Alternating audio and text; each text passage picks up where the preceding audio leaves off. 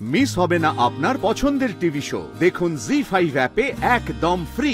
12 অবধি তো পড়েছিলাম একসাথে, ওর মধ্যেই মানে ওই গাছটা পুঁতে দিয়ে চলে গেছিলাম।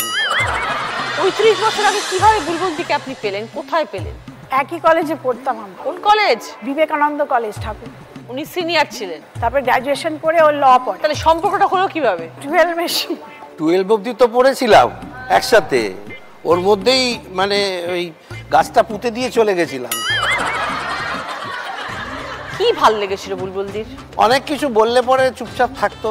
অনেক কিছু বলার পর চুপচাপ থাকতো? আপনি কি বলতেন? যা বলতাম সেটাই মেনে নিত চুপচাপ। তখন থেকেই মানানোর ব্যবস্থা হয়ে গেছিল? সিনেমা দেখতে চাইলে পরে না করতাম যে যাবো না, তাতে পরে কিছু কথা উত্তর দিত না। এটা আমার ভালো লেগেছিল, চুপচাপ রয়েছে, ঠিক আছে চলবে। এখন বুঝতে পারছি সবটাই উল্টো। এখন কোর্ট থেকে ফিরে আমি ওর হাতে কোর্টটা দিয়ে দিই, ওই মোটামুটি সবকিছু করে, আমি চুপচাপ থাকি। মানে বাড়িতে উকিল উনি? হ্যাঁ। আর আমি স্কুলে চাকরি করি। ও স্কুলে প্রিন্সিপাল হয়ে রিটায়ার করেছে। করা প্রিন্সিপাল বাড়িতে? না, অন্য জায়গায় করা না, আপনার কাছে আবার আপনি তখন স্টুডেন্ট। এই ৩৫ বছরে কি হতো? ঝগড়াঝাটি হতো, ওর চুপ করে থাকে, কিছু বলে না বলে আমি রেগে গিয়ে আবার চুপচাপ হয়ে যাই। আর কি করবো? বিয়ের আগে আপনি চুপ করে থাকতেন? হ্যাঁ, দেখলো যে এবার লাইসেন্স তো হয়েই গেছে, সুতরাং এখন রাগা যায়, রেগে যায়। আমার সেটা ভালো লাগে না। ইনডিসিপ্লিন যেরকম, মানে টাইমিং, আমি যেমন as a school principal punctuality, হ্যাঁ সেটা মানে 7টা বললে 7টা বাজার আগে চলে যায়, আর ও 7টা বললে 7:30টায় আসবে, মানে এইরকম। এর ক্ষেত্রে আবার অন্য এত পাঞ্চুয়ালিটি। একটা বিয়ের বাড়িতে যাব, 8টার সময় আমাকে তাড়া দিচ্ছে, বিয়ের বাড়ি চলো, দেরি হয়ে যাবে, আমার বোনেরা আসবে, চলে যাবে, দেখতে পাবো না। হ্যাঁ, 7 তাড়াতাড়ি বেরিয়ে পড়লাম, গিয়ে দেখলাম বরকনেই আসেনি, স্টেজ ফাঁকা। তারপরে খাওয়া দাওয়ার ব্যাপারেও কোনো মিল নেই, এখনো নেই। ও মানে হালকা খেতে ভালোবাসে, আমি একটু মানে রিচ খেতে ভালোবাসি। রিচ না, আমি যেটা ভালোবাসি, আমি যেমন একটু আলু সেদ্ধ ভাত বা ঘি ভাত খুব ভালোবাসি, ও ঘি তো খাবেই না, ও শুধু পাতলা মাছের ঝোল ভাত। খাওয়া দাওয়া নিয়ে একটু সমস্যা, দুজনেই বাঙাল না ঘটি? দুজনেই বাঙাল। তাহলে তো ঠিক আছে, তো খাওয়ার দাওয়া ঠিকই হওয়া উচিত। কিন্তু ও তো ওই মশলা বেশি খেতে চায় না। খেতে ইচ্ছা করে, কিন্তু কষ্ট হবে যেটা, সেটা খেয়ে লাভ কি? না, খাবো তো খেয়েই মরবো। সোশ্যাল মিডিয়াতে ফিট কাপল। হ্যাঁ, তোমাকে তো দিদি একটা কথাই বলাই হয়নি যে আমি আমার মিস্টার ইন্ডিয়াকে নিয়ে আজকে এসেছি। Mister India? হ্যাঁ, 2019-এ ও মিস্টার ইন্ডিয়া হয়েছে। Very good. কিভাবে পেলে মিস্টার ইন্ডিয়াকে? ও আর আমি একই জিমে জিম করতাম, অ্যান্ড ও আমার আগের থেকে উল্টে জিম করে। 2013 থেকে আমি 14-এ স্টার্ট করেছি। এবার আমি ওকে জিমে অনেকবারই দেখেছি, বাট আমাদের কোনো সময় কথা হয়নি। তো হঠাৎ একদিন পুজোর সময় ও দেখলাম আমার ফটোতে লাইক করে, তো আমি সঙ্গে সঙ্গে মেসেজ করি যে হাই বলে। ও দেখলাম সঙ্গে সঙ্গে আমায় রিপ্লাই দিল। তারপরে ওই থেকে আমাদের শুরু কথাবার্তা। ইয়েস, অ্যান্ড তারপর থেকে কন্টিনিউয়াসলি আমরা একদিনও এরকম হয়নি যে আমরা মিস করেছি, বা আমরা কন্টিনিউয়াসলি বেরিয়েছি, ঘুরেছি। আর আমাদের যেহেতু একসাথে we use to workout also, তো আমাদের অনেকটা মেন্টালিটি ম্যাচও খেত। যখন ওর সাথে দেখা হয় তখন আমি অলরেডি 2019 আমি মিস্টার ইন্ডিয়া হয়ে গেছি। তো তারপর আমি প্রেপ করছিলাম আরও বড় শোয়ের জন্য, যেটা বাইরে প্রো কার্ডের জন্য। তো ও আমাকে প্রচণ্ড সাপোর্ট করেছে ওইগুলোতে। প্লাস ও আসার পর আমি আরও বেশি মোটিভেটেড হয়ে গেছিলাম, যেটা নর্মালি হয় যে গার্লফ্রেন্ড আসার পর নর্মালি খাওয়া দাওয়া বেশি হয়। আমি প্রচণ্ড ফুডি, প্রচণ্ড পেটু, সেটা ও জানতো। তো আমরা প্রচণ্ড খেতেও যেতাম, বাট চেষ্টা করতাম হেলদি ওয়েতে খাবারগুলো খাবার। তো ও আমাকে প্রচুর সাপোর্ট করেছে যে এটা খাবে না, ওটা খাবে না। ও নিজে আমাকে বাড়িতে হেলদি ফুডস, ও নিজে ইউটিউব দেখে শিখে নুন ছাড়া কম তেল দিয়ে কী করে খাবার বানানো যায় সেগুলো শিখে আমাকে হেল্প করতো, আমাকে পাঠিয়ে দিত। কারণ আমি প্রথমে ট্রেনার ছিলাম, আমি শুধু ট্রেনিং করাতাম জিমে। ও আমাকে ইনফ্যাক্ট ফার্স্ট আইডিয়া দেয় যে তুমি তোমার নিজের জিম কেন খুলছো না, কারণ তোমার এত বেশি ক্লায়েন্ট বেস আছে। তো আমি আমার ফার্স্ট জিম 2022-তে ওপেন করি, পাওয়ার আওয়ার জিম। ওটা পার্ক সার্কাসে। আচ্ছা, ওটা আমার ফার্স্ট জিম যেটা আমি খুলেছিলাম। এখন এই বছর আমি আমার সেকেন্ড ব্রাঞ্চ ওপেন করেছি, যেটা সাউথ সিটি মলের অপোজিটে আছে, পাওয়ার আওয়ার লেক গার্ডেন্স। ওকে। তো এটাতেও ওর অনেক বড় হাত, কারণ ও যদি মোটিভেট না করতো আমাকে, তাহলে হয়তো আমি আজকে এরকম জিম খুলতে পারতাম না, আমি হয়তো ট্রেনিংই করাতাম।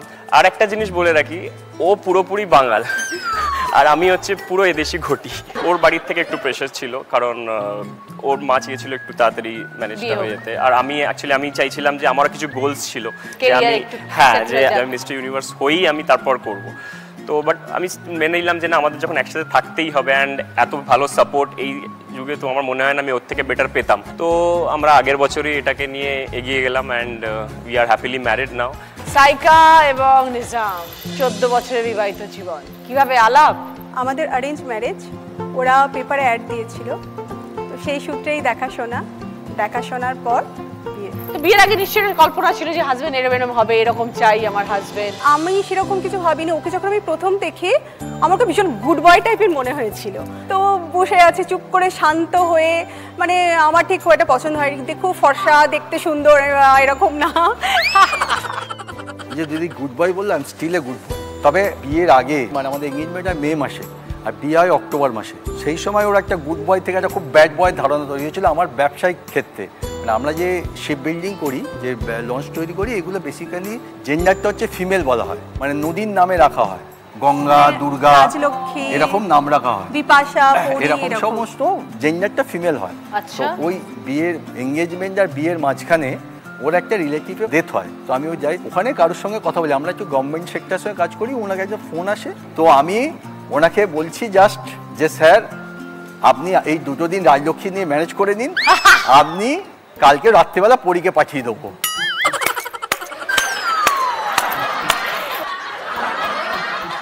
আমার মামা শ্বশুর ওটা কিভাবে শুনেছে, শুনে বাবাকে গিয়ে বলে জামাইবাবু ব্যবসা কি করেছিলে।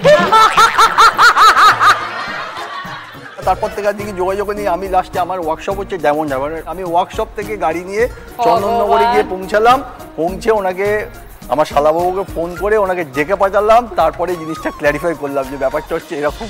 তো 14 বছর কেমন কাটছে দুজনের একে অপরের সাথে? 14 বছর কেটেছে খুব খুব ভালো। এই জন্য বলছি, মানে একঘেয়েমি আসে একটা দীর্ঘ সময় বিয়ের পর। আমার 2টো সন্তান, একটা ছেলে একটা মেয়ে, ভীষণ ব্যস্ততায় কাটে, সকাল থেকে রাত অবধি সময় পাই না। কিন্তু কোথাও যেন আমার মনে হয় না যে আমি এত বছর সংসার করছি ক্লান্তিটা আসেনি।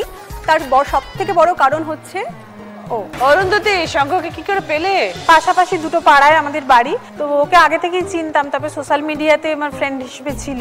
তো একটা বিয়ে বাড়িতে আমাদের আলাপ হয়, তো সেখান থেকে ওরও আমাকে ভালো লাগে, আমারও ওকে ভালো লাগে। তারপরে আমাদের বাড়ি থেকে দেখাশোনা হচ্ছিল, তারপরে ও ওর বাড়ির লোককে বলে, আমিও বলি, তো সেখান থেকে আবার অ্যারেঞ্জ করে, মানে লাভ কাম অ্যারেঞ্জ আর কি। 2.5 বছর হলো বিয়ে হয়েছে। হ্যাঁ। শঙ্করকে কি বুঝছো? ও খুবই মানে ফ্যামিলির প্রতি রেসপন্সিবল আর ভীষণ ফুডি, মানে খেতে ভীষণ ভালোবাসে। আমি চাইছি যে একটু হেলথ কনসিয়াস হতে, মানে ও হেলথ কনসিয়াস হলে আমিও হতে পারবো, মানে দুজনের খাওয়া দাওয়াটা একসাথে একটু কন্ট্রোল করতে পারবো, কিন্তু সেটা কিছুতেই পারছি না দিদি। শঙ্খ 2.5 বছর, তুমি অরুন্ধতীকে কি বুঝলে? খুবই ভালো, মানে মেট ফর ইচ আদারের মতোই ব্যাপার। হ্যাঁ, সবার সঙ্গে মিশতে পারে, আমার ফ্যামিলির সঙ্গে খুব ভালোভাবে মিশে গেছে। সংসারটা কে সামলায়? সংসার ওই বেশি সামলায়। সংসারের হাল এখনো সেভাবে অতটা ধরতে হয়নি, শাশুড়ি মাই বেশিরভাগটা সামলায়, তাও আমি টুকটাক করার চেষ্টা করি। আর রান্না করতে একটু ভালোবাসি, সব রকম হাতের কাজ এইসব নিয়েই থাকি। গুড। আমরা দুজন ঘুরতে ভীষণ ভালোবাসি, মানে বছরে আমাদের 3-4 বার ঘোরা হয়ে যায়। বউকে জন্মদিন অ্যানিভার্সারি গিফট দাও? হ্যাঁ হ্যাঁ, গিফট দেয়, এদিক থেকে বলতে হয় না, গিফট দেয়। আমার কোথাও যাওয়ার হলে আমাকে গাড়ি দিয়ে দেয় যে তুমি যাও ঘুরে এসো। ও হয়তো অনেক সময় যেতে পারে না, আমি একাই তখন চলে যাই। ভালো থেকো, তুমিও ভালো থাকবে, সঙ্গে ওয়াইফকে নিয়ে ভালো থাকবে। জি5 ডাউনলোড করুন আর সব এপিসোড দেখুন একদম ফ্রি।